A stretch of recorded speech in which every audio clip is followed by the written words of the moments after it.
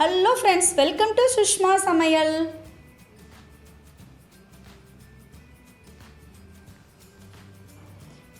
இப்போ ஒரு குக்கரில் 2 டேபிள் ஸ்பூன் நல்லெண்ணெயை சூடு பண்ணிக்கோங்க.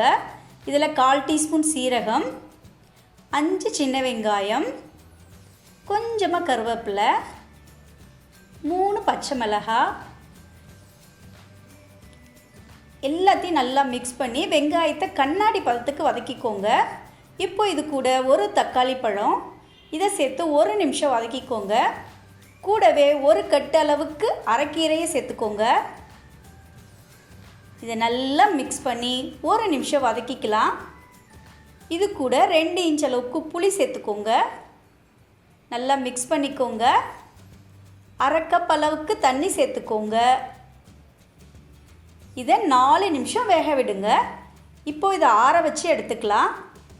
இப்போ மிக்சியில் கீரையை சேர்த்துட்டு கரகரப்பாக அரைச்சி எடுத்துக்கோங்க.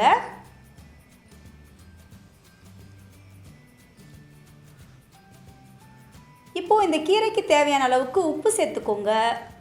நல்லா மிக்ஸ் பண்ணிக்கோங்க. ஒரு பேனில் 2 டேபிள் ஸ்பூன் அளவுக்கு எண்ணெய் சூடு பண்ணிக்கோங்க. 1/2 டீஸ்பூன் கடுகு, 1/4 டீஸ்பூன் உளுந்து, 1/4 டீஸ்பூன் கடலைப்பருப்பு. இது நல்லா பொன்னிறமாக வறுத்துக்கோங்க. இப்போது இது கூட 2 வரமிளகாய், கொஞ்சமாக கருவேப்பிலை,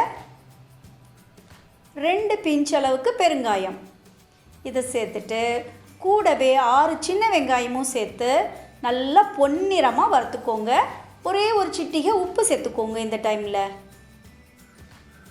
இப்போ எல்லாத்தையும் பொன்னிறமாக வறுத்துட்டோம். இந்த தாளிப்பை கீரை கடையிலோடு சேர்த்துக்கலாம்.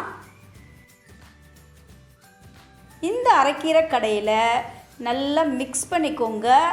சுட சுட சாதத்தோடு சாப்பிட்றப்போ சூப்பராக இருக்குங்க.